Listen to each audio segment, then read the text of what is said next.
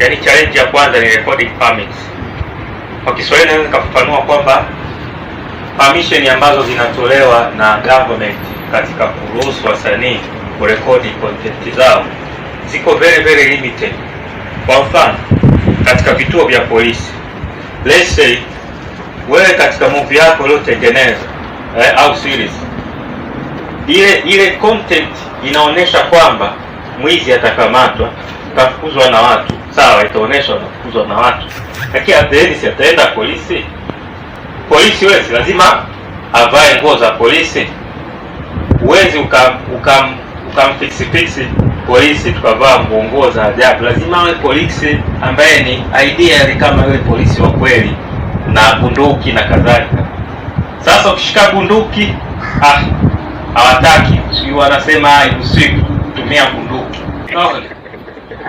Inaua akili ya ubunifu. Karibuni mezani. Mkurugenzi, keki kwa upendo mkubwa.